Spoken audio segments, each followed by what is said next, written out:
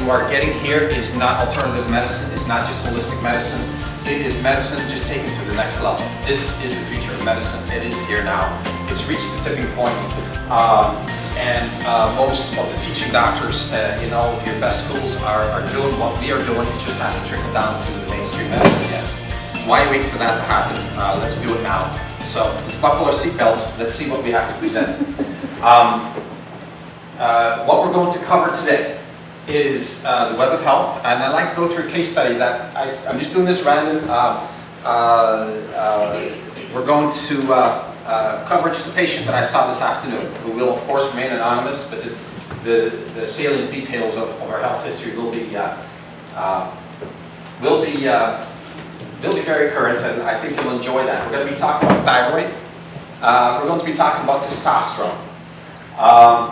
Then also, I'd like to just fill you in with some things that I was in Dallas this weekend, as was Dr. Stacy and several of our colleagues. My wife was privileged to sit in some of the seminars as well, and for 3 days we were just pounded by energy production.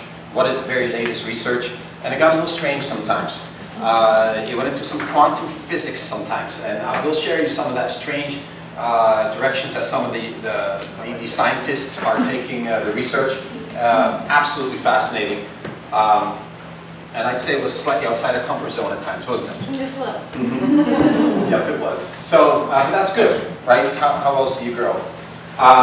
The next seminar, I'll also say that now, we're going to be covering once a year, we do what's the very latest and greatest in athletic performance. We have our triathletes, our runners, our soccer players, football players, basketball players, all those players. We usually present that to coaches and their athletes. So entire schools come here. It's usually a very big crowd as far as teams go, not the entire school. And professional athletes come. We do see professional athletes in this office, and it's kind of a side passion of mine and Dr. Stacy. So we're doing the July 1. We're doing it just for our patients. So those of you who are interested, I'm going to really focus on what to do when time is short. And how can you get the biggest bang for your buck as far as time, as far as nutrition, what do you do for recovery. So that's July 1, and July 8 is in a more professional mode. Same seminar, but taking it up a notch in the science realm. So those are the 2 dates for that one, and we're doing 2 of them because they fill up very quickly, and therefore we're doing it in 2 different presentations. So if you want a spot on that one, sign up. Our famous web of health. This web of health is central to healthcare, and if doctors' healthcare isn't into this, they're not really serving the whole patient. Sure, we can have a hormonal specialist, right? A gastroenterologist. But the gastroenterologist must recognize that there's more nerves and nervous tissue in the gut than there is in the brain. And therefore, as one of my colleagues recently said, the gut really is the primary brain, and this brain is a secondary brain. It will therefore, if you have gut issues of any kind, if you're a gastroenterologist, you must recognize the patient will have some form of anxiety, depression, bipolar, schizophrenia, and that whole realm. We see a lot of autism here. I have yet to treat an autistic patient that didn't have severe gut issues. We usually do a stool analysis on them. There's usually incredible, and I mean incredible, weird bugs, digestive enzymes, inflammatory markers, and just general dysfunction going on within the gut. And it is pretty much recognized now that autism is a whole bunch of things, but gut is primary. So the gut will affect your detoxification pathways. So eventually you see liver and kidney issues. And when the liver goes south, it has over 500 functions. The liver's, one of its functions is digestive, but another one is detoxification, and another one is hormonal balance. Do you think that if you have gut issues and it's starting to affect your liver, that maybe your hot flashes, perimenopause, and menopausal might be worse? Absolutely. I'm just giving you one example. How about testosterone levels, which we're going to talk about? The breakdown of testosterone occurs in the liver. So when the liver isn't doing its job, you get a secondary testosterone called dihydroxytestosterone. This is evil stuff. It's inflammatory. It causes mood changes. It causes muscle wasting. And it makes you less of a man. Low testosterone is epidemic in both males and females. It gives you vitality. It gives you that force, willpower, in both male and female. So this becomes pretty... You can tie it into almost anything. So let's say your gut is causing you to become inflamed. What's the first tissue to become inflamed in the body? Bladder and thyroid. Bedwetting. Chronic cystitis. How about the musculoskeletal system? Think rheumatoid arthritis, the arthritides, osteoporosis, all inflammatory disorders. Fibromyalgia. See how it's all connected? How about the gut affecting the heart? Well, we now know the heart disease is not a cholesterol problem at all. And I mean at all. What it is an inflammatory problem. And gut is 70% of the immune system. It is very primary in the cause of heart disease. How about neurological? And that's where I'm going to go into this case study. So I saw this patient today, out of state. She comes to me in '09. I just looked, this is all very current information in front of my brain. In '09, she presented to me with frontal lobe disorder, which is a form of Alzheimer's, where the frontal lobe is disintegrating. The doctor gave her 3 months. Says, and within 3 months, you are going to be basically non-functional. Sell your house, get all your stuff ready, meet with your lawyer, make sure you've got some nursing home arrangements that specializes in these kind of cases. And she came to me rather distraught, as you can imagine, very desperate. I remember it well. She looked like she had a really, really stressed life. Just very aged before her time. But upon measuring her mercury levels here, through the roof, food sensitivities, she had more foods that she was allergic to than foods that she wasn't allergic to. Okay? And when I reviewed all of her CAT scans and everything that I did, yeah, sure enough, brain density in the front had already decreased by 30%. It was phenomenal. You could just see the brain caving in. So, pretty serious case, as you can imagine. So what did we do? Well, we put her on a detoxification program to get rid of the mercury. We now have ways to get rid of heavy metals that work within months rather than years. And it doesn't have to be through chelation anymore like we used to do. It is through oral therapy, very well proven. We put her on DHA, which is a specific fraction of a fish oil, which has been shown to regenerate nervous tissue within months. We put her on something from Europe called Cognisure. And Cognisure is a pretty exciting substance. It comes from my home country originally, the research, as well as Poland, and has been corroborated by 2 medical universities in this country. So a lot of research behind it. And it's called casein hydroxylate. That's one of its active ingredients. And what it does, it activates neurons that are dying. It works incredibly well for Alzheimer's. In fact, memories can come flooding back so quick that it can sometimes, in some people, cause Alzheimer's. Or, excuse me, cause anxiety. Big difference. So, yeah, she's doing great. So I put her on that anti-inflammatory program, and that also included removing gluten, because anyone who has a brain or any kind of neurological problem You remove gluten because gluten tends to be a neurotoxin, neuroinflammatory agent. Taught her all about that. And fast forward now to today. So I had a doctor follow me today, so I wanted her to tell her story so the doctor could hear. And she said, well, I just got my 4th CAT scan done on my brain.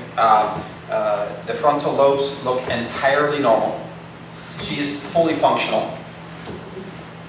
She still looks a little stressed, so I talked to her about stress management.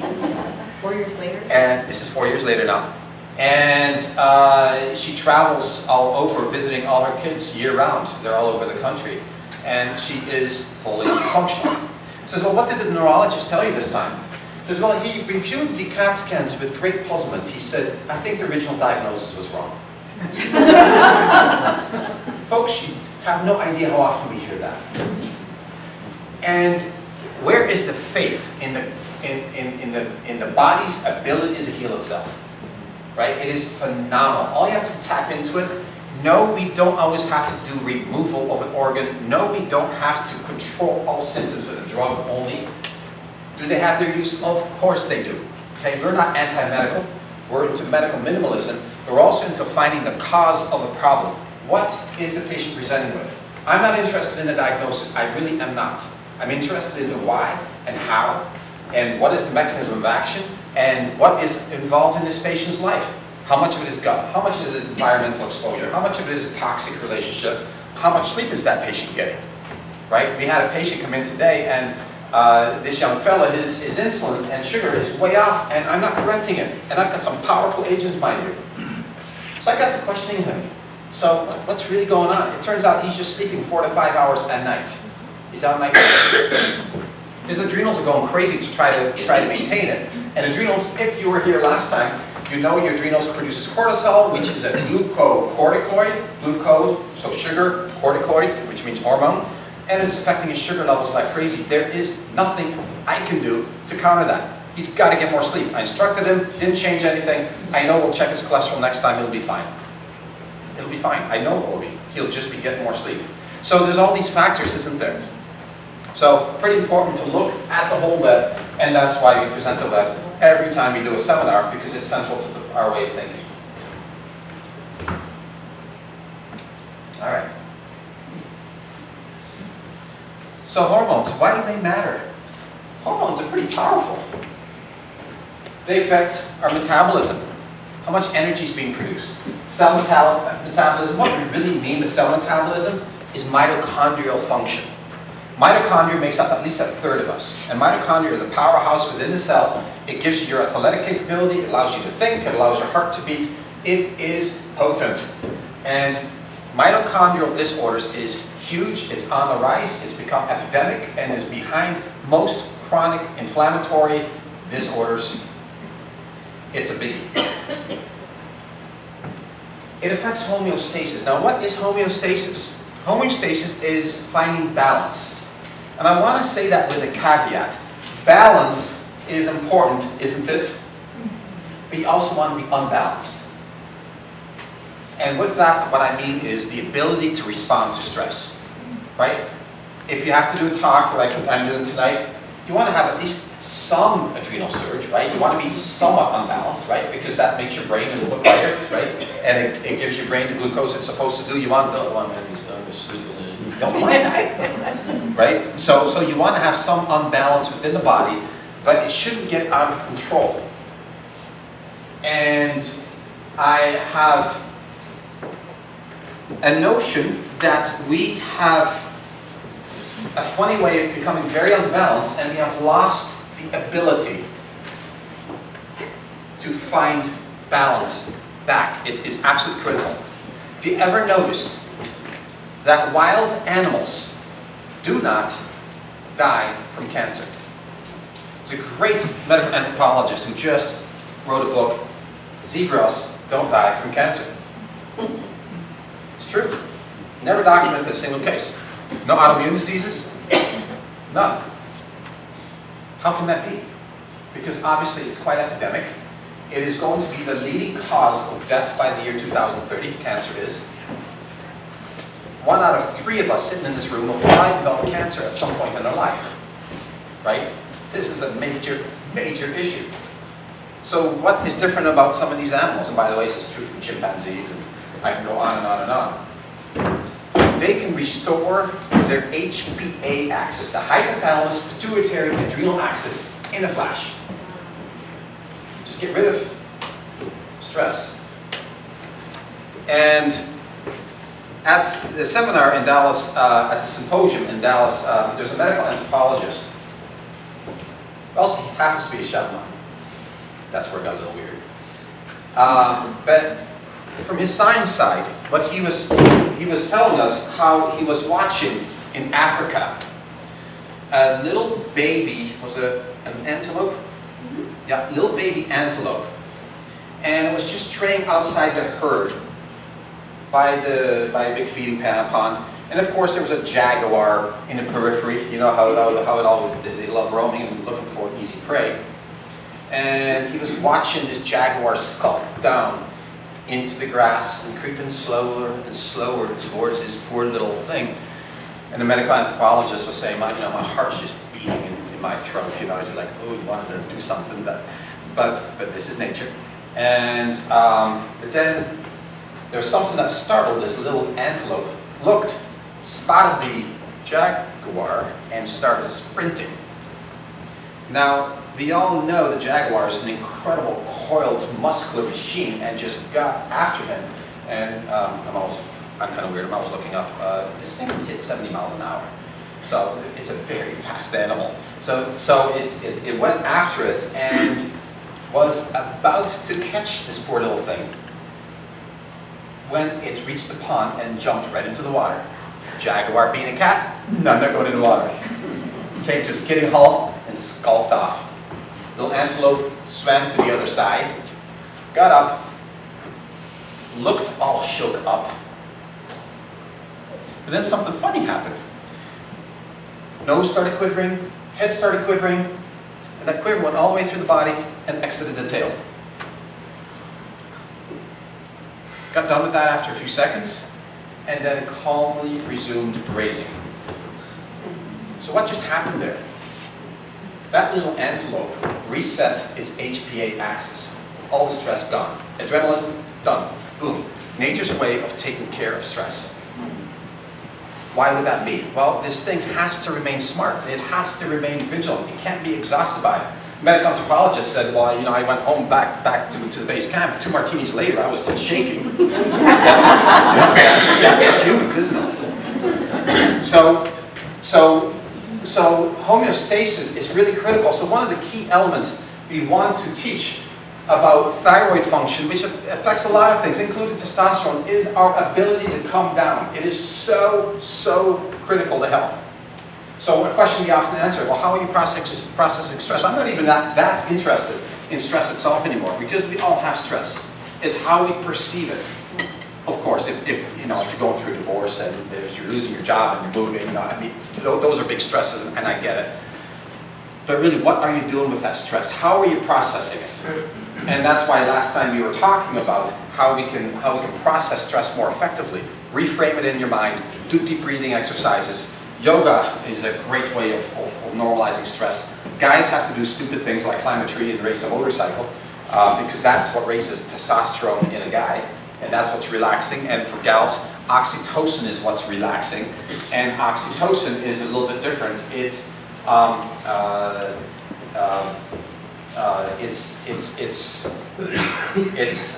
more gal time, talking to other gals, that releases oxytocin, and believe it or not, caring. And that's why I feel oftentimes female doctors are better doctors than guy doctors, because they have the ability to care and share thoughts a little more intimately than guys do in general.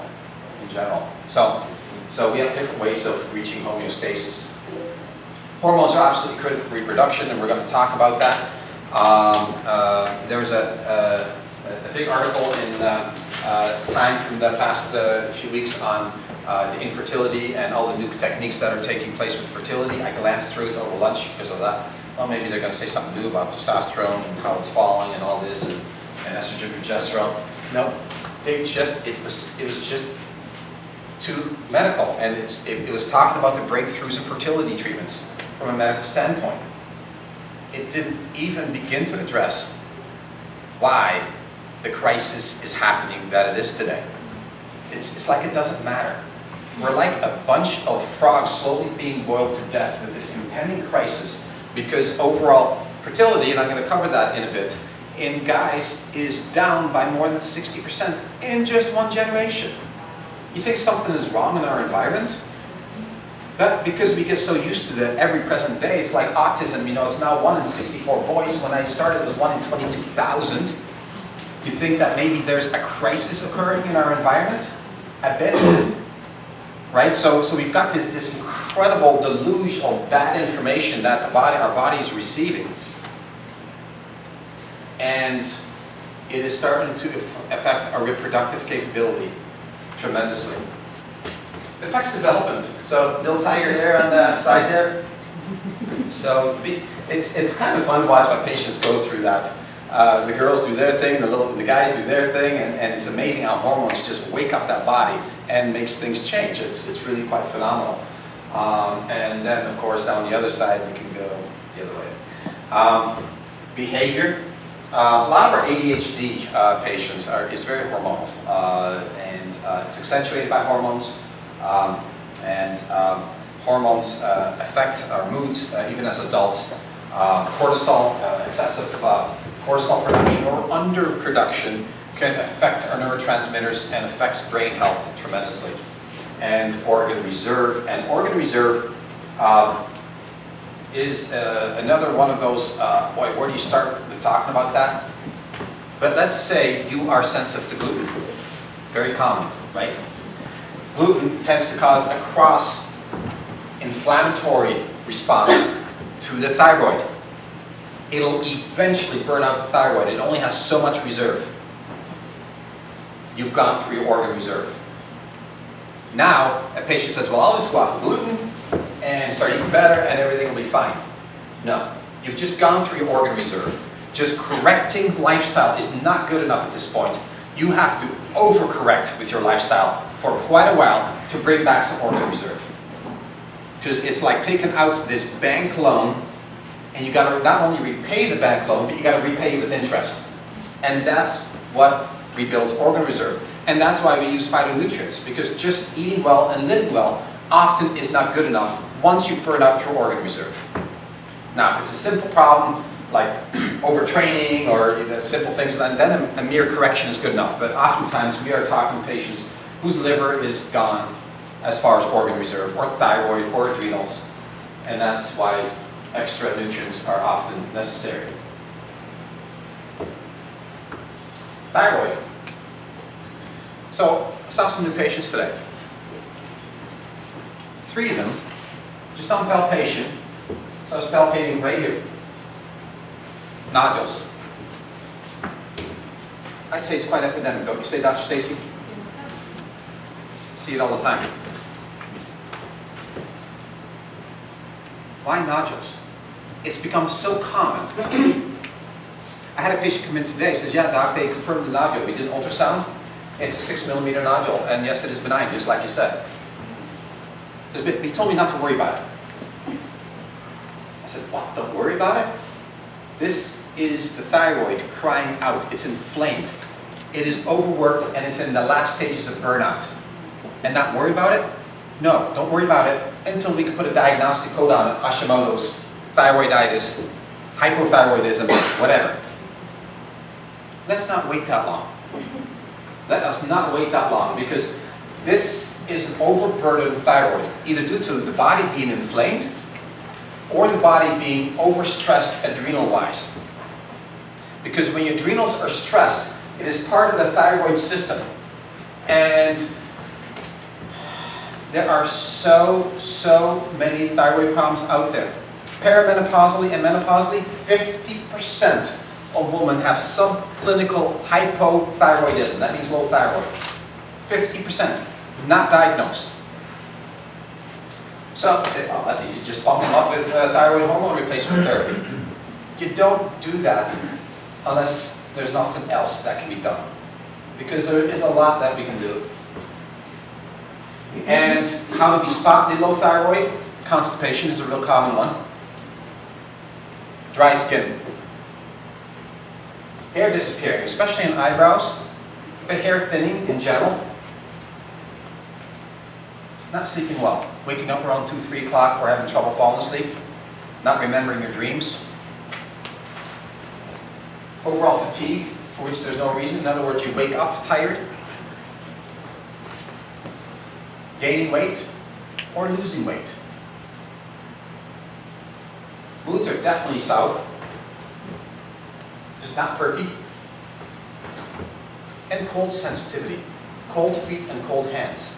Easy to spot on exam. When I examine a patient, we're touching right through here. And then you come to the distal part of the foot right there.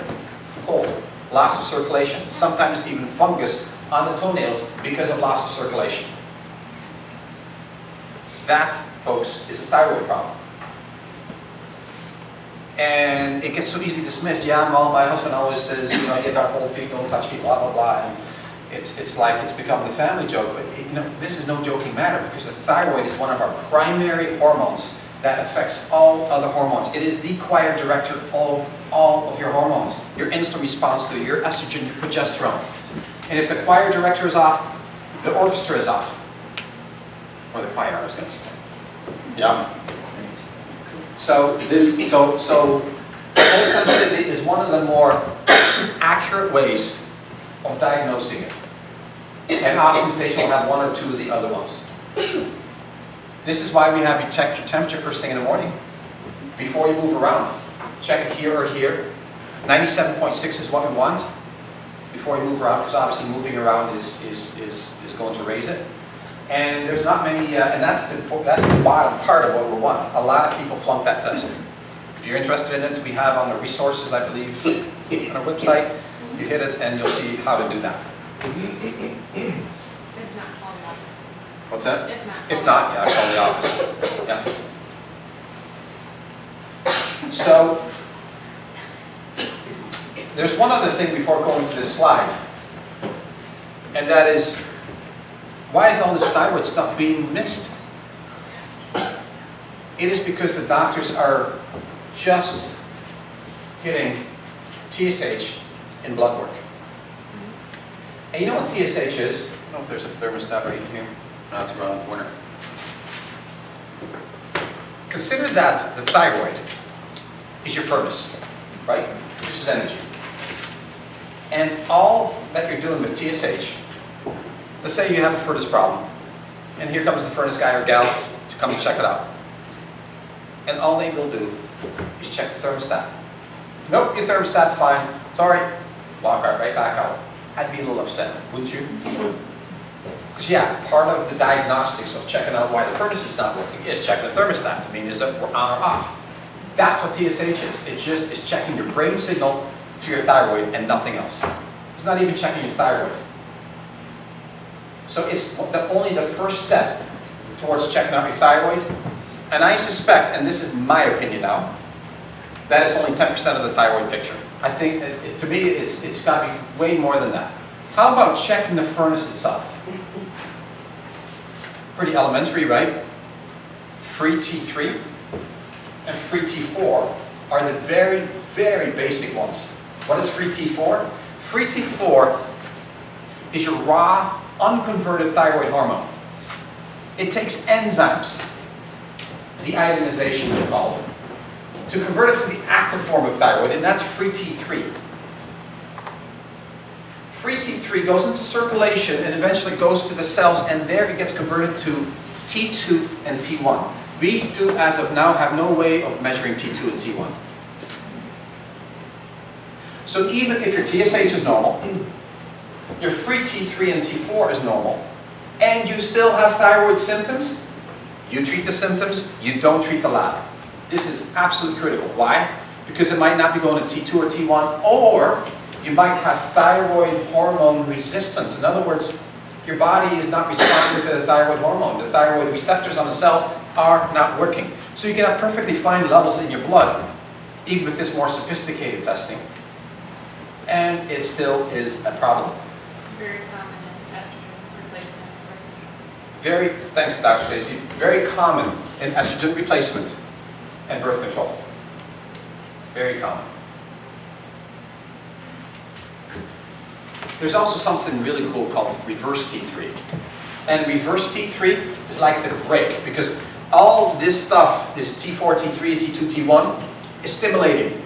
But we do need a break, don't we? Gotta be able to, oh, a little too much. That's reverse T3. It seems like no endocrinologist tests for it, ever. Kind of important, not just to check the accelerator, but also the brake, isn't it? Some people have an excess amount of reverse T3, and that's also a problem. It's constantly slowing down the thyroid too much. And I'm not done yet. Then there's another one called thyroid antibodies. And thyroid antibodies checks for autoimmune inflammation, of inflammation attacking your thyroid. You can have all the other numbers normal, but if the thyroid antibodies are up, you are still going to have thyroid disease. So it gets pretty in-depth and complicated. Now, why do doctors, all these brilliant doctors, just test for TSH? It is simply because that's the easiest diagnosis box to check. And for a diagnosis check, you get reimbursement. That's how the system works. And we also have a pharmaceutical protocol. For this TSH, you do this TSH, you do that. If you start going into all those other things like I'm describing, you have to actually figure it out. Does that make sense? And then once you figure that out, then you're still not done, because then you got to figure out, well, why is it doing that? And things get fun that way. They really do, because it becomes a Sherlock Holmes mystery. And the thyroid is really cool to work up, because it's the yellow canary in the body. It is the most sensitive creature to inflammation in the body. If something is inflamed systemically, your thyroid will suffer. And it will give way one time or another. It will. So, And Doc, yes? research shows that only 6 to 10% of women with thyroid problems respond to thyroid medication. Did you hear that? 6 to 10% of women respond to thyroid medication. That's it. That means 90% does not. This is why I had a woman in today, and she said, a new patient, said, well, we're constantly having, she comes in with fatigue and irritability. That's her main complaint, along with, there's a few other things. I've been to 18 specialists in the last 5 years. Severe migraines also. 18 specialists. And she says, this fatigue, they've just ramped me up to 150 micrograms of thyroxine. I said, what? I almost blew a gasket. Because at that point, it becomes so toxic. It becomes so toxic, and so pro-cancerous. And she's not seeing any results. Treating the numbers, not treating the patient.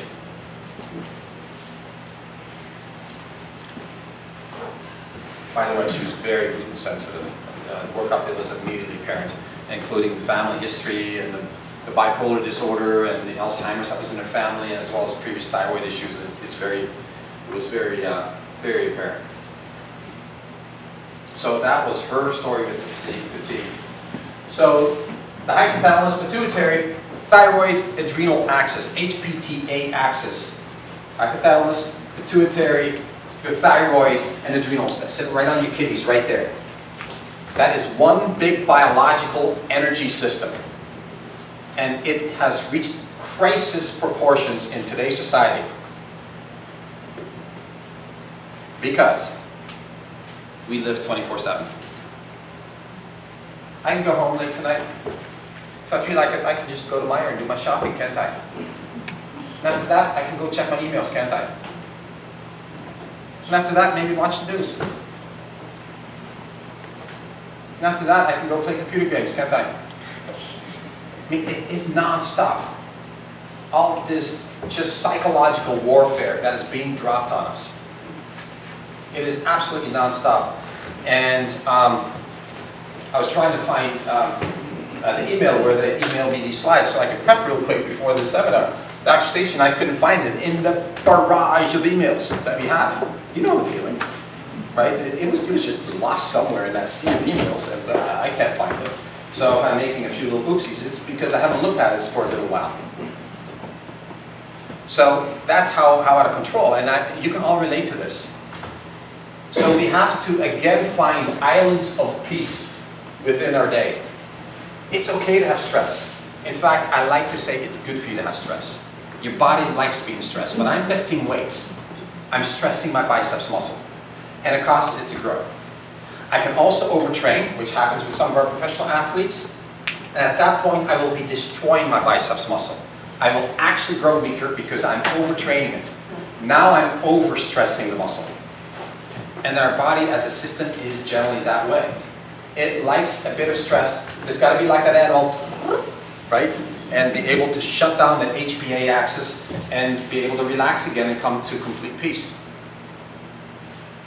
This is why some people are so attracted to things like shamanism and Hinduism and all those very relaxing types of things, because they have not been able to find that peace, that ability to come down, and those things have been able to give them the tools to come down, and it literally can save their lives. Mitochondrial disorders. It's one of my favorite topics, actually. First discovered in the 50s. 53 to be exact. And it was a genetic disorder, and it found that all the little mitochondria in each cell can start breaking down. And the nervous and the systems that are most sensitive to this is gut tissue, nervous system tissue, heart tissue, and mucous membranes. So if you have issues with constant sores, receding gum lines, folks, you have a mitochondrial issue. It is a systemic issue. This is why we have the patient swish with liquid coenzyme Q10, because coenzyme Q10 replenishes mitochondrial function, among other things. There's other compounds as well. This is why coenzyme Q10 can restore heart function. Congestive heart failure reverses itself. Just had this patient who's been with me for over 20 years. He says, "Doc, all of a sudden I'm tired. I was hiking the other day with my wife in the dunes, and I was always the one that was a little impatient, waiting for her to catch up. I was huffing and puffing, trying to keep up with her.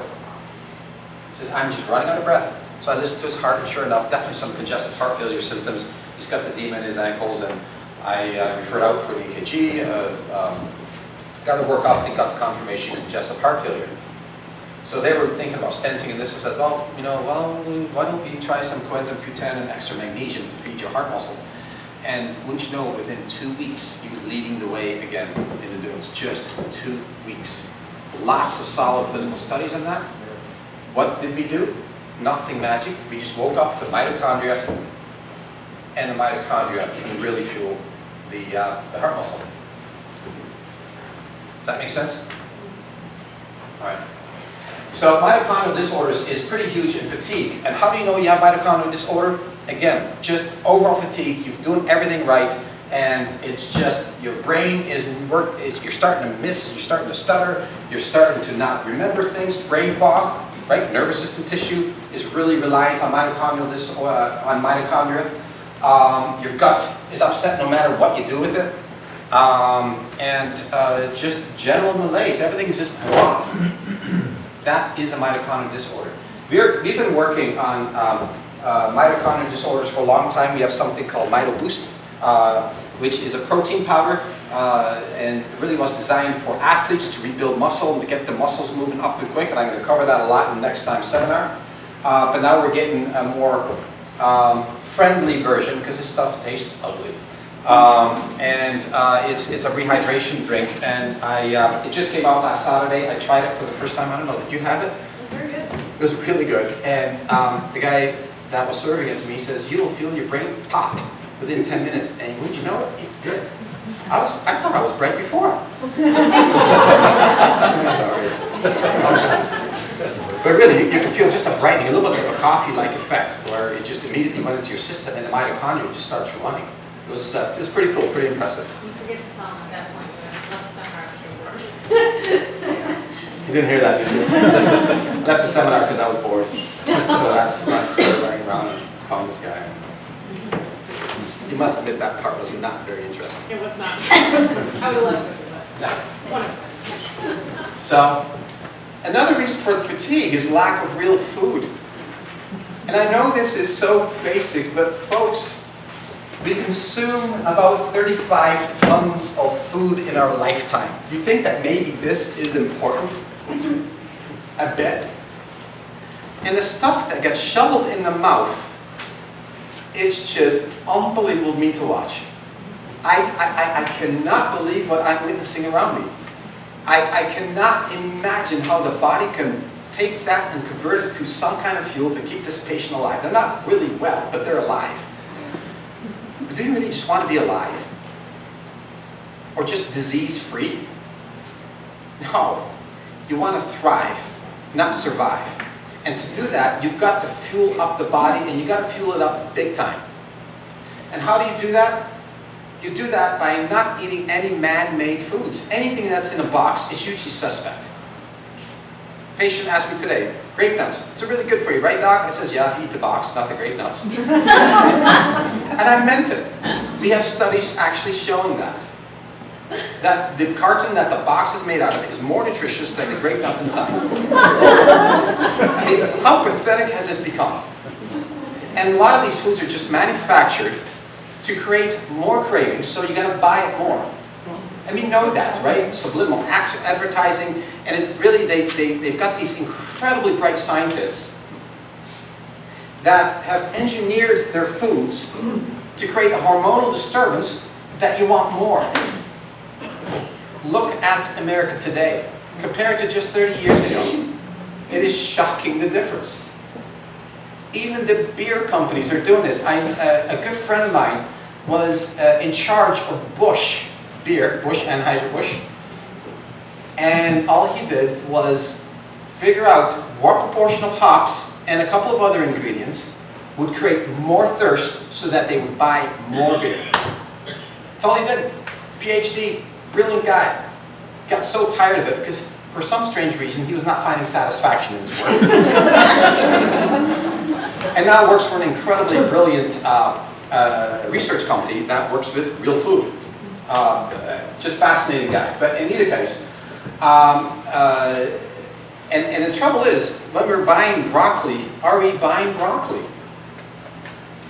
We know the broccoli of just 60 years ago had 5 times the nutrient content that it does today. Apples, in just the last 20 years, have doubled in sugar content.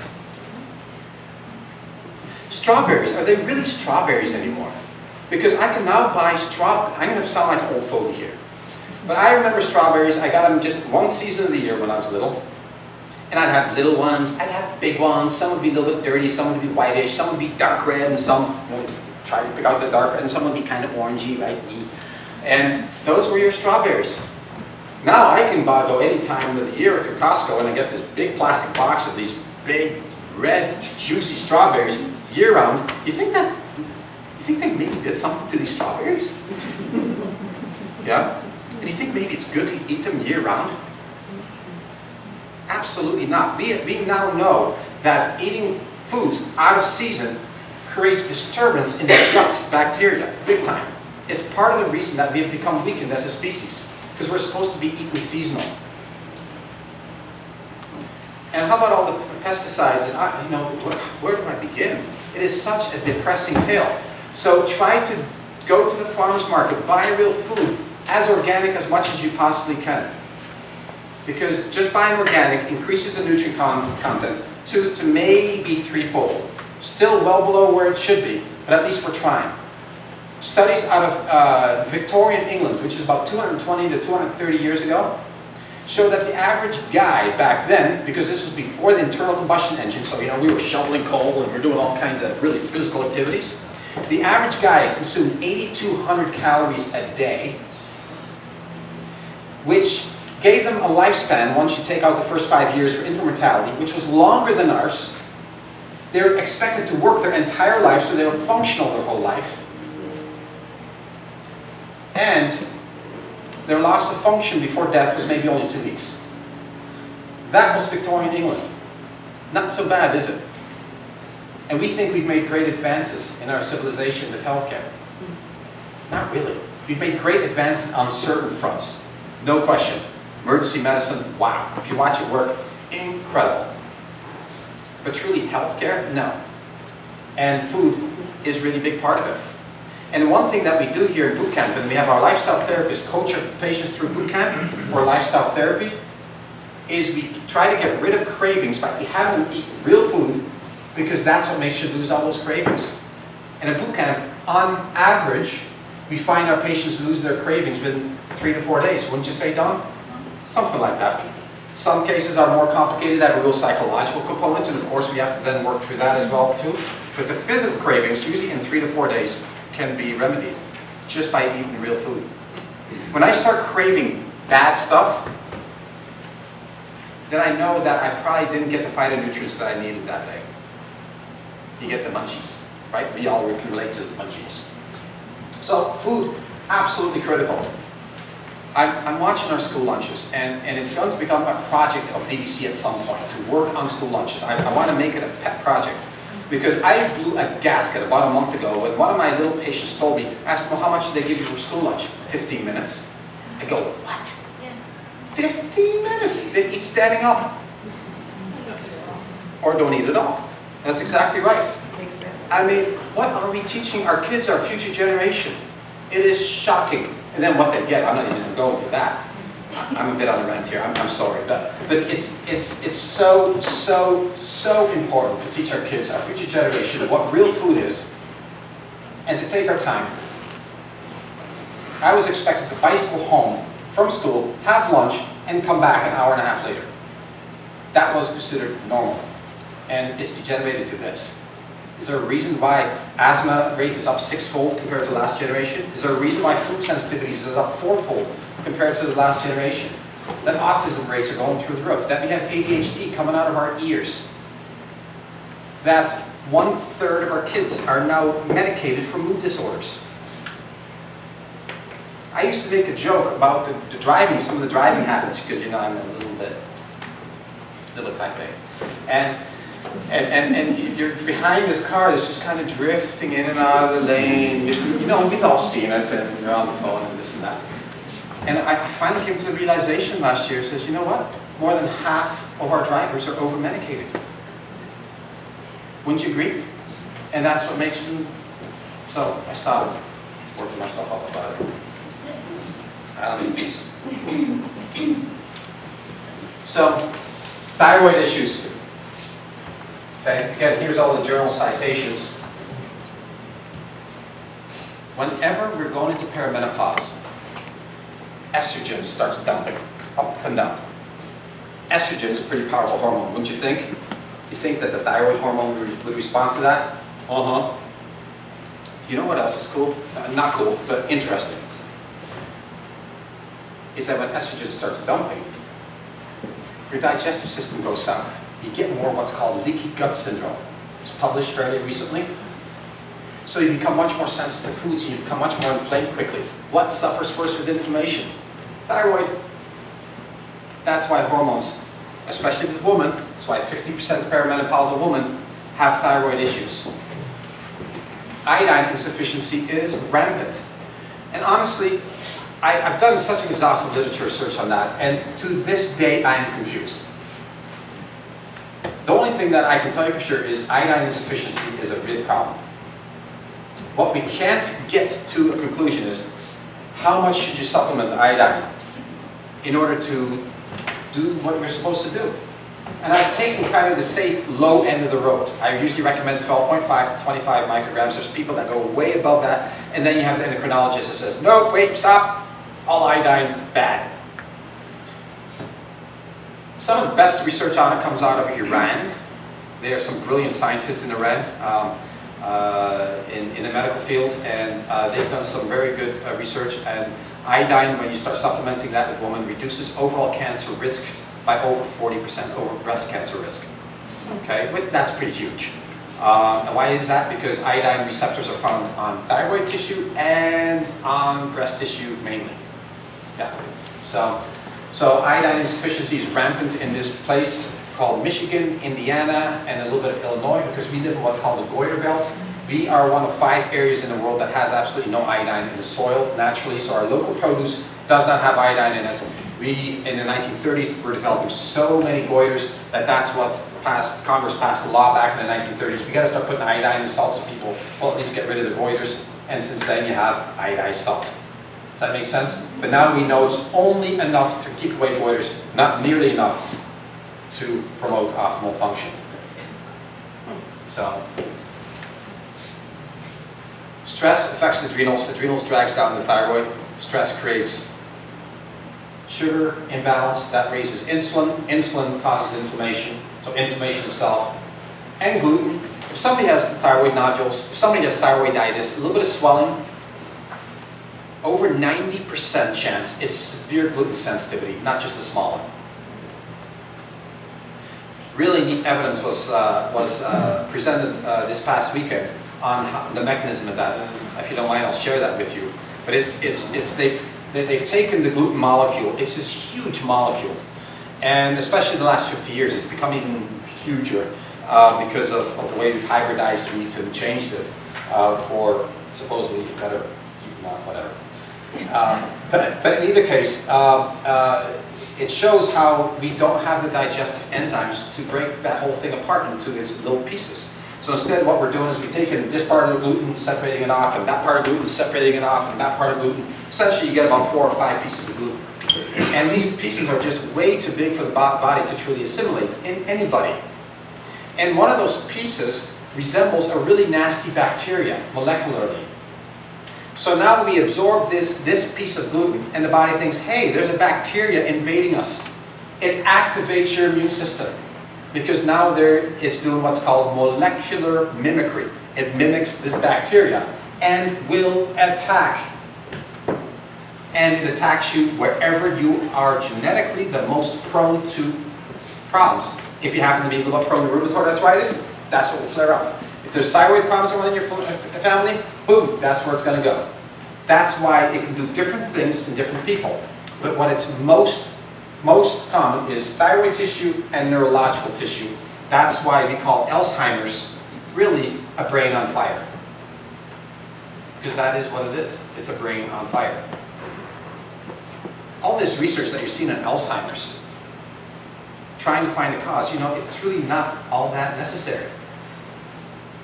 It's only seeing what the end result of Alzheimer's is, the amyloid proteins and all those things that are happening. But we know how the whole thing gets started. We've known that for quite a few years actually. So it is becoming a major crisis that will soak up the majority of our health care bill within 10 years. It's a big looming crisis. Gluten is behind that. If you want more on gluten, just go to the YouTube and watch that. DBC's apparently hit a nerve with that gluten seminar because about 2,500 people have watched it in the last 6 weeks. So it's which I'm just really grateful for. It's get the news out. We just had a patient who finally decided, I'm on insulin now. This is getting very serious. I got to do something. And finally listened to me, went totally off of gluten, and within 4 weeks was off of insulin.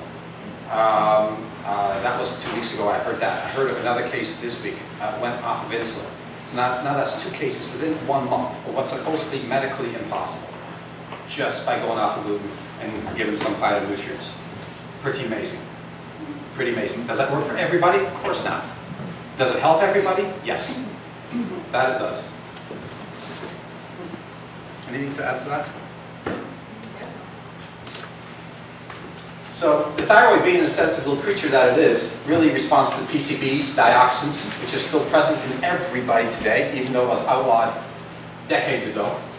Plastics, it's really sensitive to plastics, folks. Red dye, number 3, that's why it's banned in Europe, not here. And medications in general affect thyroid as a whole.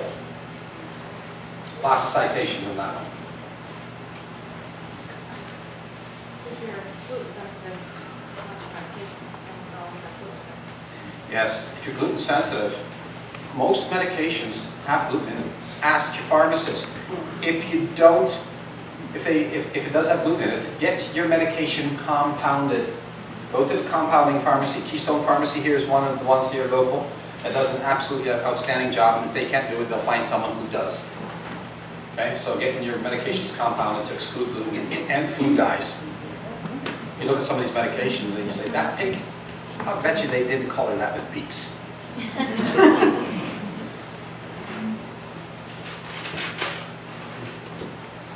So, balancing the thyroid.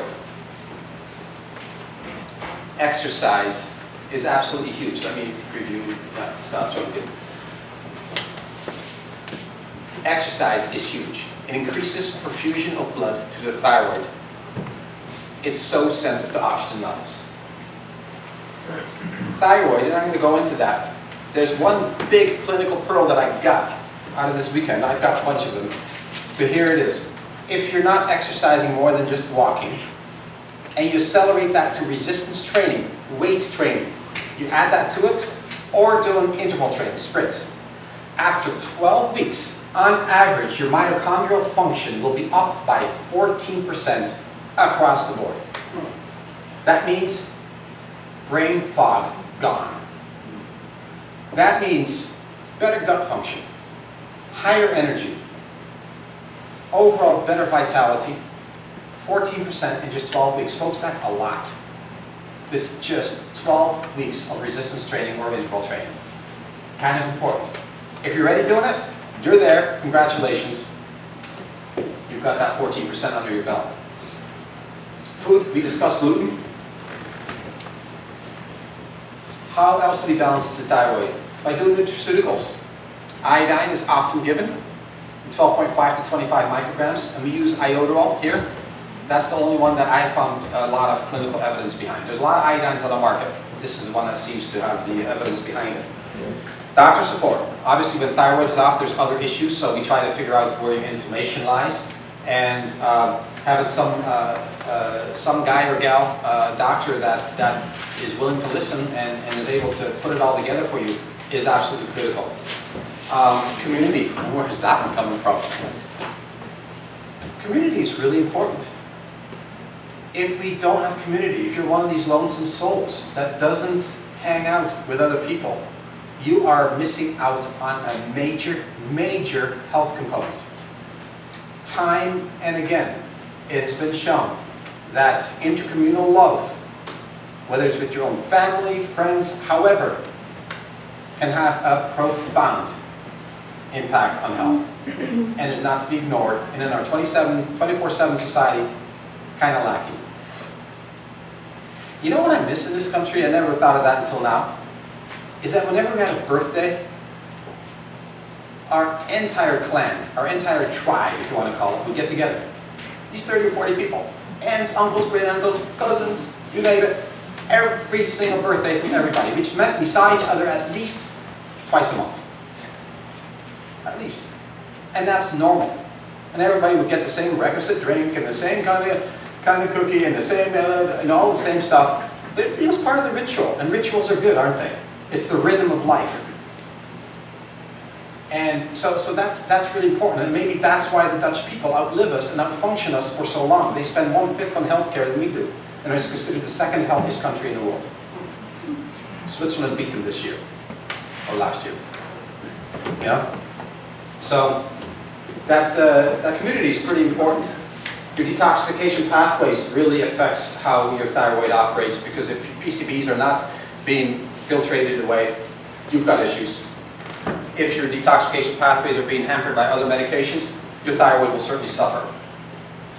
Another thing that we do here is lifestyle coaching. So we will teach you islands of peace, and one of our coaches would probably tell you to do deep breathing exercises. I did them on a deck today, 5 of them, 4 seconds in. In fact, why don't we do it together? Okay, so just stand up for a second. Yeah. What you want to do is put your hands like this. And for 4 seconds, you're going to take a breath in. Go. And then all the way out for 7 seconds. That done 5 times reduces your cortisol 25% minimum, measurable for 2 hours. How simple is that? Yes, you may sit again, otherwise I can feel honored. Simple. 5, instrumental music. in a room for 5 minutes is very, very settling. Go longer, you start making lists, especially if you're female. Don't, it becomes stressful. A simple ritual, like making tea. Not checking your emails while you're doing this, but just make yourself some chamomile tea or green tea. Right? The green tea has got a wonderful compound in it called epigallocatechin gallate, which relaxes the brain. It's very soothing, it's an antioxidant, and yes, it doesn't sparkle all. Don't get the decaffeinated one. The caffeine that's in there is theophylline. It's very mild. It doesn't give you the spike like coffee does, and it can actually help you sleep at night. If you're really, really, really sensitive, don't have any after 3 o'clock. Right? Yeah, green tea, very simple. So there's all these little things that you can do, and that's really what makes up the spice of life. That's what we try to teach in lifestyle coaching, along with eating healthier and work around your food sensitivities and other problems. Chiropractic health is, because the thyroid is so sensitive to any kind of input, it certainly is very, very sensitive to nerve input. Research has shown that carpal tunnel syndrome and thyroid problems go hand in hand. Why would that be? That's kind of fascinating. Well, let's think about it. Carpal tunnel syndrome is a problem with the median and radial nerve. Trace it up, comes right from this area, right here. That nerve splits. Well, guess where the other branch goes? Thyroid. That nerve is irritated, thyroid is irritated. That's how things can interconnect with each other. Fascinating, isn't it? So that's how when you visit a chiropractor and they do a very specific, gentle, effective adjustment and restore balance to that nerve, not only affecting carpal tunnel syndrome, they're also affecting thyroid function. Very measurable. Acoustic compression is another way that we affect our patients. Different offices are going to do different things, right? An acoustic compression is what we do. It's a very European methodology of treating disorders. It's a sound wave that travels faster than the speed of sound, literally has a little acoustic boom that vibrates tissue and gets rid of scar tissue, wakes up mitochondria. So mitochondrial function is measurably improved with this. And it also wakes up stem cells, and they flood the area and have a powerful anti-inflammatory effect.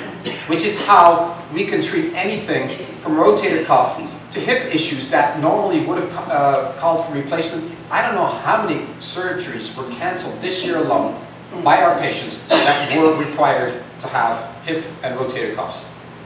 Knee issues. It's full regeneration of tissue. It's so cool what we can do. So yes, we do that for thyroids that are swollen and thyroids that have little lumps on them, to chase those away, and usually we see very, very measurable results. Been proven by more than 5,000 clinical journal articles. If you do a search on it on PubMed, you'll see absolutely overwhelming evidence. Why aren't they doing it over here? We're slow to embrace change within the healthcare industry, aren't we? We really are. We're still literally with our nutritional protocols. I estimate that we're in about the mid to late 1960s as far as what we're doing. That's about where we're at. And it's really, really too bad. Testosterone. It's a hormone. Critical. And it does many things. It gives you vitality. Brain brightness. This is for male and female.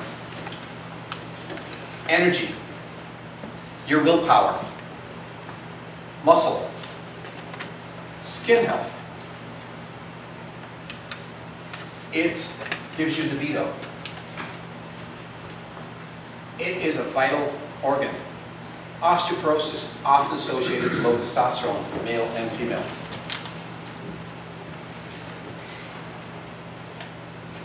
We have a testosterone crisis in our country, in both male and female. And what is happening is doctors are recognizing it, and they give testosterone patches, injections, and I always warn the patient, fine for a temporary fix until we find a solution, because after 3 months that will turn against you.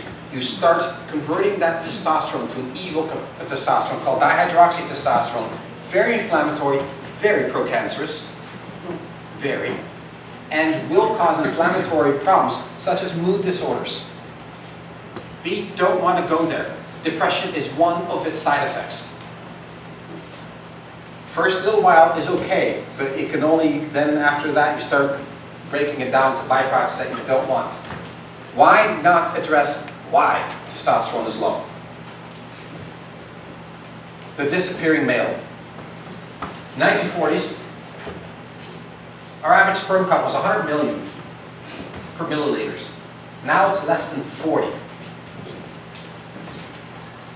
We have seen a 60% decline in sperm count.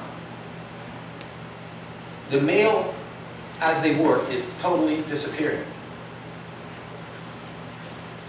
Is this a crisis? You better believe this is a crisis. Are we paying much attention to it? No. You'd think some questions would be asked. Why is this happening? And I'm afraid the answer is not simple. It's multifactorial. Our planet is not well. And those of us living on it is not well because of it. The PCBs, the dioxins, the pesticides, genetically modified foods, the pollutants, the mercury being thrown into the air. I can go on and on and on. There's only so much assault the human body can take, and this is one of the canaries in the mine, so to speak, that is stating what is going on. A recent study was done that showed that what's normal for a decline in testosterone is only 1% per decade. So that means at 80, you should have maybe only 8% less than when you were a vital teenager. Only 8% less. That's normal. And they found this with athletes, triathletes, biathletes, just patients who were really, really active and were eating mostly a Mediterranean diet and had never taken medications. That's where we got the data from. 1% decline is average. What we're seeing at age 50 is on average 60% decline of testosterone already, at 50. That is what the American male is doing. And that's why you see all these advertising. Low T, that's the new buzzword it seems. It says, yeah, fix your lifestyle. That's what needs to be done. You need to fix your lifestyle. Has a huge effect. With women, low testosterone affects libido tremendously, as does the brightness of brain and energy levels in general, and weight. Testosterone supplementation in women is equally disastrous. We need to figure out a way to normalize it, and with women, it often is being overstressed. It is remarkable to me when a patient finds balance in life, even within a busy lifestyle, just being smarter with it, finding more gratification, having more girl time, doing the things that a woman is supposed to be doing to get her oxytocin levels up, how testosterone just jumps up on its own. Nothing else you need to do. It's a sign of a stressed body.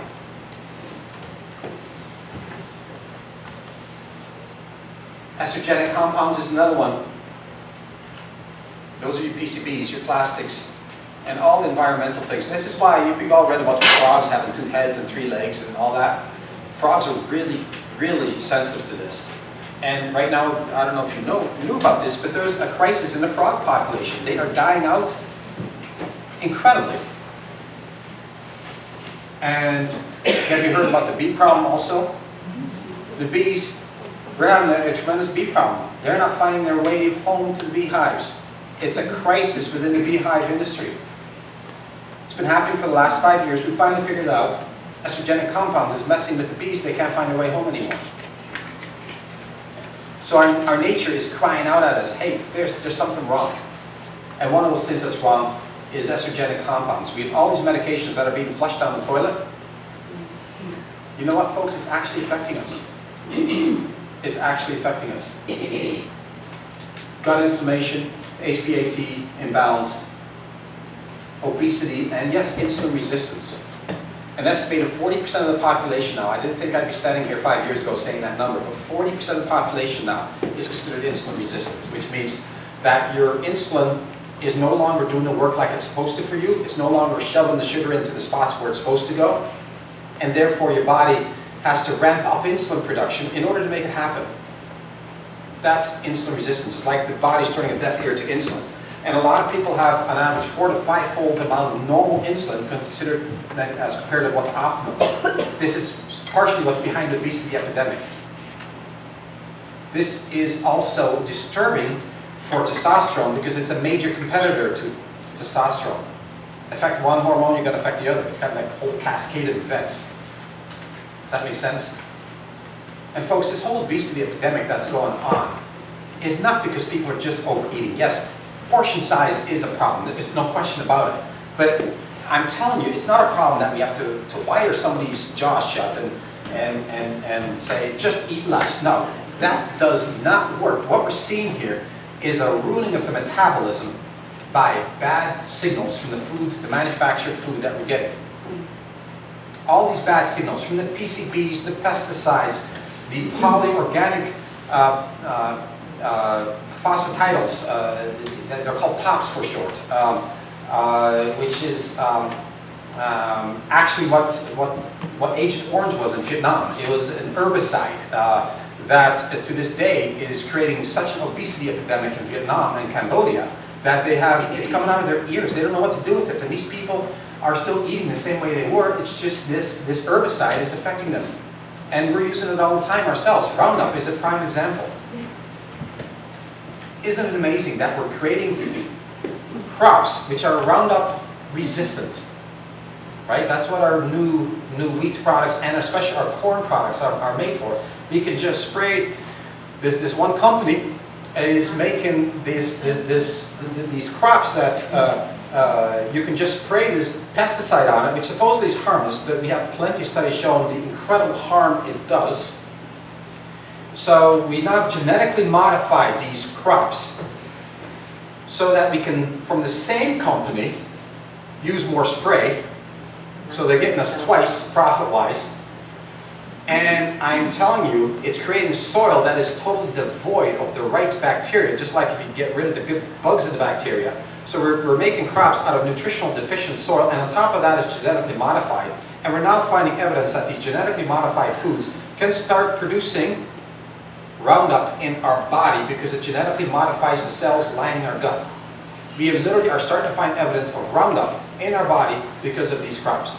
This experiment, Europe is totally looking back at America as one big experiment because they have outlawed these foods. They absolutely went ballistic last week because they found some grains that accidentally been shipped over there. And Europe and Japan went ballistic. Demanding from Monsanto, we need better testing from grains because we don't want any of that stuff in our food chain because they consider us an experiment just waiting to explode. That's what they're considering us. So foods matter a lot, and that's part of what's behind our obesity epidemic. And yes, ultimately that affects testosterone a lot. Exercise affects it, especially resistance training. You can raise testosterone 30% in just 3 months with weightlifting. Say that again? You can raise testosterone 30% in 3 months with just weightlifting. I'm not talking about little 5-pound weights, by the way. Cardiovascular disease affects testosterone, and of course stress. Dr. Stacy, what do you think about cell phone radiation? Do I really want to go there? You want me to hit it or do you want to hit Are you it? only going to go with cell phone, or should you also go with laptop and computer? Oh. This is going to get a little depressing. But here we go. You know how guys wear the cell phone often right here? Oh. Yeah. iPhones, by the way, are the worst offenders for the new. It reduces sperm count within 3 weeks by just wearing it there 3 hours a day by up to 70%. Check out the studies. It's out there. Unbelievable. Women, same thing. Women, same thing, but I've got something interesting for women. Because when you're 13, 14 years old, these gals get their first phone. It is so cool to put it in your bra. I have seen 21-year-olds with breast cancer right there. It is becoming more common. Breast cancer usually starts in the upper pole here. No, it's right where the cell phone is. Had my first cases of it 2 years ago, and I've seen several since. 21 years old, breast cancer. Amazing. We're starting to see some funny data, and then here's a real puzzling one, and this is why research is never quite clear. You expose the rat to this cell phone, and they become really, really hyper, and the test rats become normal. How does that work? I have no idea, but obviously it had an effect on the brain. So therefore, cell phone radiation, don't ever carry it in your pockets or next to your body. Use Bluetooth whenever you can. Don't sleep with it next to you. It is, again, an uncontrolled experiment. Remember how we have known forever that tobacco causes lung cancer. But it takes 40 years, doesn't it? This is very much like that. The cell phone companies are denying culpability here. We're still in that 20-year, 10 to 20-year frame of like we were with tobacco. But we have the studies already showing some problems, more than some problems. It is only going to escalate. And the reason that the cell phone companies refuse to change, even though we have the capability to, that's been demonstrated, is because that would be admitting guilt. And unfortunately in our litigious society, we have made it to that point that cell phone companies, they can't make these changes as technology becomes available, because then that would be admitting guilt and they would be out of business. I wish somehow that would change. But cell phones is a crisis, and your laptop, treat it with the same respect. Your clock radio next to your bed, remove that thing. These radiation, EMFs as they're called, have a profound impact that is way beyond what we estimate it to be, because you can't feel it and see it. But it creates damage, a lot. And we've seen profound health changes just by removing EMFs. Athlete myths debunked. We're going into the most powerful ways of training, the most profound ways that we all make mistakes with training. What do we do on a nutritional basis to get our mitochondria going? What's the best way to rehydrate? Should we rehydrate? And what really should we do with proteins, fats, and carbs? To what proportion is best for you? That ever controversial question. One. So here we come to the end of hormones.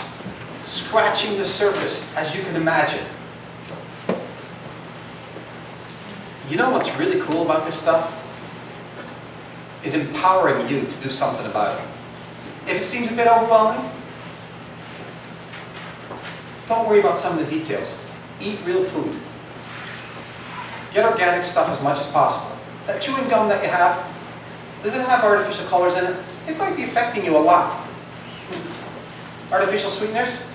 Better believe it. Look at everything you're doing. Just because you've always been doing it doesn't mean it doesn't harm you. Find islands of peace. When you do exercise, make it worthwhile. I sometimes see some folks bicycling. You can tell, okay, I'm bicycling because my doctor told me to, and they're idling along. Okay, they're getting benefit because they're outside. Okay, no question about it. But they're not really getting exercise. You need to get that heart rate up to maximum at least twice every week. If you're 90 years old, that means walking fast for 1 minute. If you're 20, it means doing sprints, right? Meet yourself where you are at. The principles remain the same for a 90-year-old as it is a 9-year-old. And we have to do it because we no longer live in an agrarian society, or we're not shoveling coal. So we've got to do things to compensate. We just have to. I exercise because it makes me bright for you. It makes me available. When I go home tonight, I still have plenty of energy left over after a 12-hour day, 13 hours, for my family. I better be on, right? And my exercise is going to be so worth it. Now, on a long day like that, it'd be pretty dumb to go for an hour run, wouldn't it? But 10 minutes of weights? Oh, you better believe it. So go for it. Lifestyle changes things. And when you've gone through your organ reserve, that's when we kick in the phytonutrients. But I feel the cornerstone is lifestyle and the foods that we eat and how we think and act. So with that, I hope I gave you guys something useful to use. And yeah, the mechanics and the science behind it is pretty complex. But the basics and what to do is not. So go for it. Questions? You didn't talk about the parathyroid at all. I just was wondering what the relationship is in something about the parathyroid causing muscle inflammation. Yeah. There's a thyroid and then there's a parathyroid. Now, how much detail can you go? The parathyroid is a phenomenal, wispy little organ that seems to degenerate very quickly.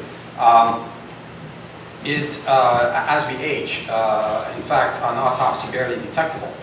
Parathyroid can be measured with vitamin D levels being wacky, and especially calcium levels being wacky, and it has a profound effect regulating the thyroid in ways that we don't quite understand. But my, when it goes off, anxiety big time. Anxiety big time, and it is extremely sensitive, even more so the thyroid, to inflammatory forces. I have found with vitamin D supplementation and gluten-free and lots of DHA oil, not just your normal fish oil, but DHA oil, it responds fairly quickly. You want to try to avoid surgery on this one because it's a really, really tricky surgery to do. Pretty dangerous. My uncle had it removed today. Oh, wonderful. Yeah, it's a really tricky situation, and it's a regulatory organ that you want to have. You don't want to miss it. He's not open to it No. yet. Any other So you want comments? to keep it in your hands. Absolutely keep it. A little late for that. Yes. So I just went to a endocrinologist specialist at a major university. Yep. Really well respected. And he checked out my thyroid. He said that they found like a a cyst. A little cyst lump. Yep. On it, and he said not to worry about it. And he said that they have done a recent study where they took 1,000 cadavers and they looked at the thyroids, and everybody had thyroid cancer. That it's the most thing not to worry about it. Right. And because I told him I'd been on a medication, I went to the National Institute of Health, PubMed, and it had said this particular medication actually has been known for years to attack the thyroid, like actually destroy it. Yep. And again, he said, don't worry about it because I can take your whole thyroid out and keep you going. And I don't know what he meant by that, other than just, I don't know, they opened my door and bleed. But I mean, that was just a few weeks ago. And So, wondering what you- yeah. Well, thyroidectomy has obviously become the solution. Well, let's just get rid of that pesky little thing.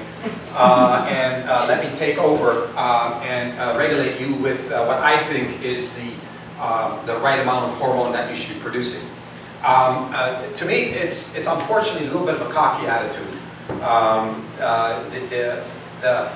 The idea of hijacking the body is very prevalent in our healthcare profession, unfortunately.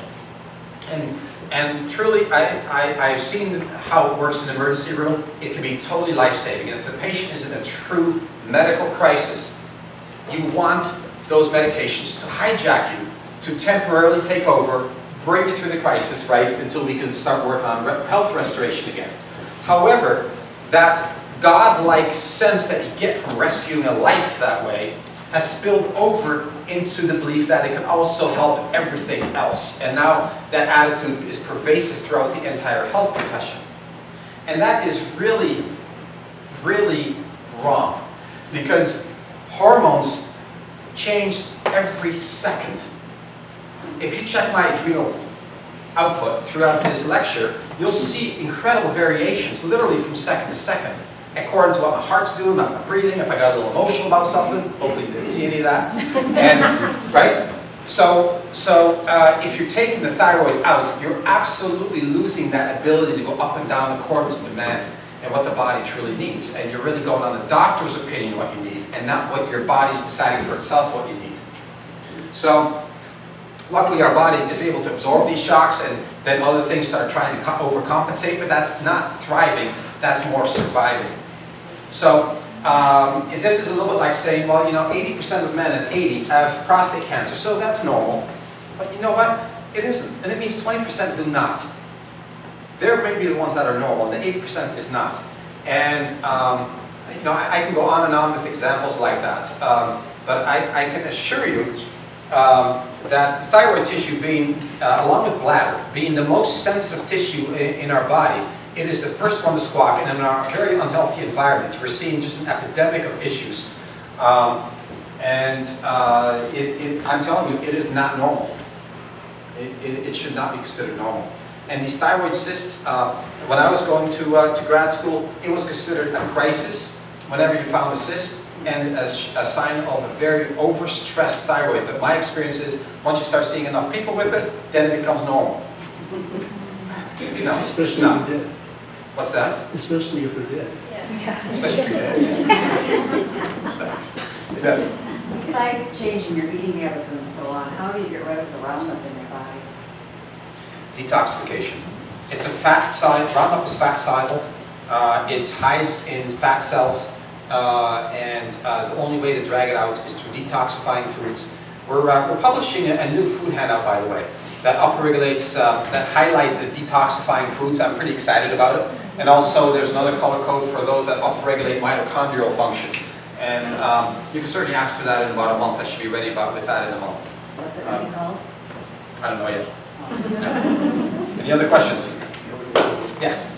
Curious to know what you think of how they changed the food in the school system and stuff, what you think is going to be the kids in today's generation? It's not going to fix all of it.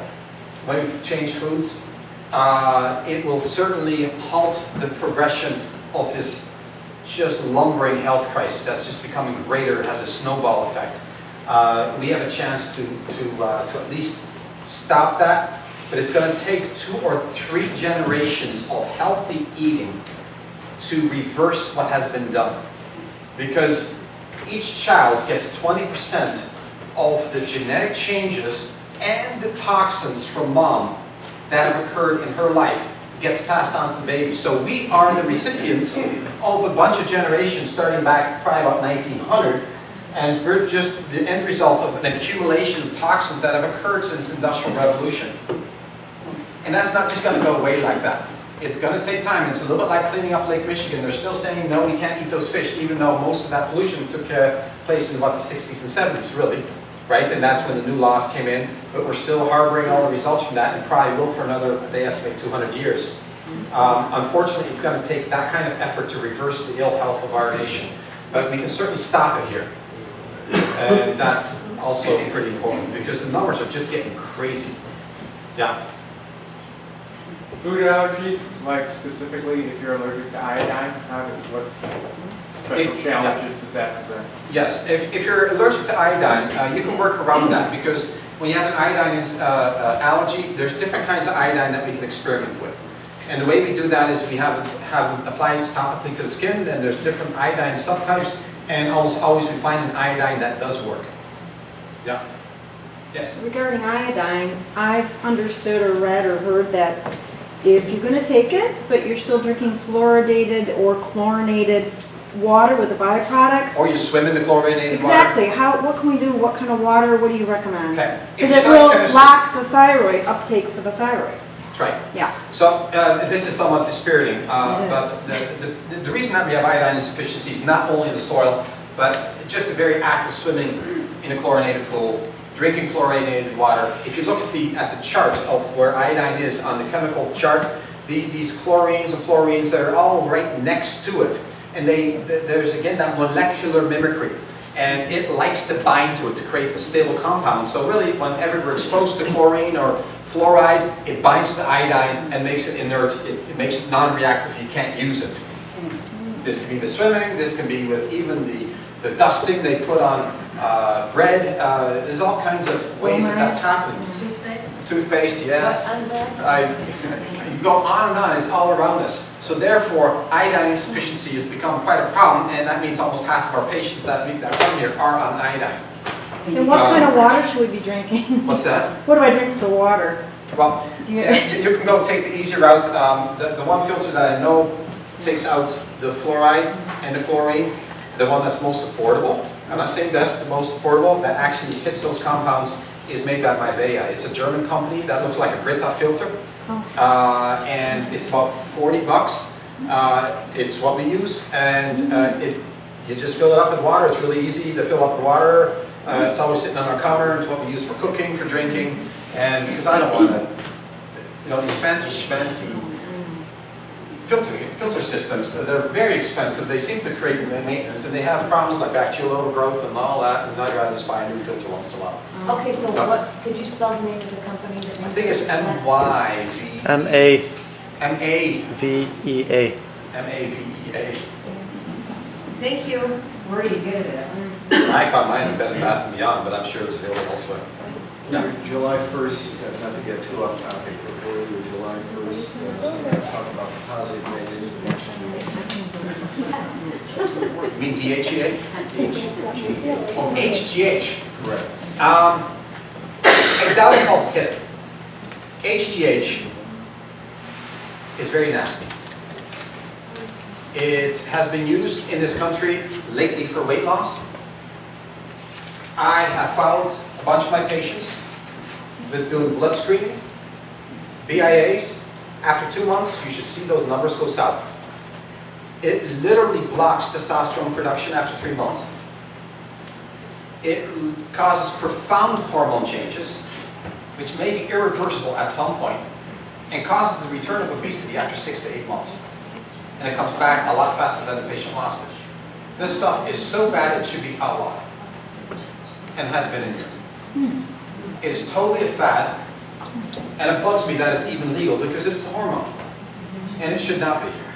Patients are being harmed by it. I don't see hardly any benefits to it unless there's a problem in a child with that hormone, then a temporary boost with it. I actually recommended it to one of my patients who's 17 years old. I recommended it for 3 months, and it's the little boost that I needed to get this child going, teenager. Yes. Not used often, yes. Can you get too much iodine? You can get too much iodine, yeah. It's easy to get iodine poisoning. That's why I like to err on the low side of it. Any other questions? Yes. Soy and thyroid, what fermented versus non-fermented? What's your take All right. on that? So, the whole debate of soy and thyroid has been poisoned by opinions. But let's go to the research. We know that 91% of our soy is genetically modified. It makes it 11 times as allergenic as real soy. They found an incredible spike when it was introduced in England 9 or 10 years ago in emergency room visits, and that's one of the reasons that all of genetically modified foods are outlawed in all of Europe, because they were doing statistical analysis as, hey, soy, not good, this is really allergenic. Because it's so allergenic, it causes a profound disturbance in the gut wall on everybody, just some people more than others, which, as you know from this seminar, will affect thyroid function first. And therefore, there's a direct relationship. However, when you start studying non-GMO soy, so real soy, you don't have that effect at all, unless there's a soy allergy, which is not uncommon. So therefore, you get some conflicting studies, when in the large-term studies that show, well, some people, their thyroids are affected by soy. Well, that's because that person is allergic to soy. But if they're allergic to milk, they'd have the same thing.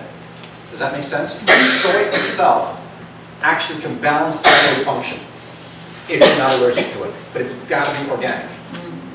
There's a big meta-analysis done by Harvard that took 24 of the best studies, and they did all the math, and it showed unequivocally that soy can be very beneficial for thyroid function when used in isoflavonone quantity of 725 milligrams or less, which really is the equivalent of 3 packs of soy milk a day. That's the maximum that you can have. Now, who's going to drink 3 packs of soy milk a day? But you know, there's, I'm sure, a few crazies out there. But what was the relationship with soy and estrogen? Soy and estrogen Yeah. is really interesting. And again, doctors that don't know what they're talking about, and there's one doctor that has a huge website and a huge following, and it is his opinion, very erroneously, and going against science by the way, that it's estrogenic in quality and therefore can really disrupt estrogen levels. And that is simply not so. Because what an estrogen receptor looks like, it's like a fist. Here's a cell, there's a little fist, that's your estrogen receptor. And there's a little other receptor right next to it called the estrogen-like receptor, ELR. And this is a regulator. This is the one that makes you respond to estrogen. So estrogen hormone hits this, and you have an estrogenic effect. Okay, that's what makes a woman a woman. So this little stick on the side, estrogen-like receptor, if there's too much estrogen, and then this one's supposed to get activated, it says, oh, slow down, no, go away, or no, we need more, make that estrogen receptor larger. And soy, in organic form, affects only the estrogen-like receptors, and therefore has a profound regulating effect on estrogen, whether it's too high or too low. So, if I'm clueless with a woman especially, I don't know what estrogen is doing, I'll recommend soy, because I know it'll just self-regulate itself then. And this has been proven over and over. Even in breast cancer, I have large studies showing that breast cancer responds very positively to soy supplementation. So it's not so bad if it's organic. If it's organic, that's the key. Okay, so for like menopausal symptoms, hot flashes, you would suggest I recommend it soy? almost across the board. Soy? Just drinking soy, Organic. organic soy. Can have a profound effect in a positive direction. Again, look at the science, not at opinions. Okay, and people who don't know about this little thing, they don't really know their science, they're the ones that are going to have messed up opinions because of it. Yes? I'm off the wall. My allergist tested me. I tested positive allergic to soy. Yes. It makes me wonder what soy they use. Genetically modified soy. I know that for a fact because I've checked into that. So So it's like eggs. Egg allergy is very common, but about half of all those people can actually have organic eggs. Yeah. Any other questions? Yes. Organic mean it's not genetically modified? That's right. Yeah, if it's organic, it'll either say non-GMO or organic. Neither one means not genetically modified. Is that true of flowers as well? Yeah. Yeah. Good. Wrapped it up. I want to go home.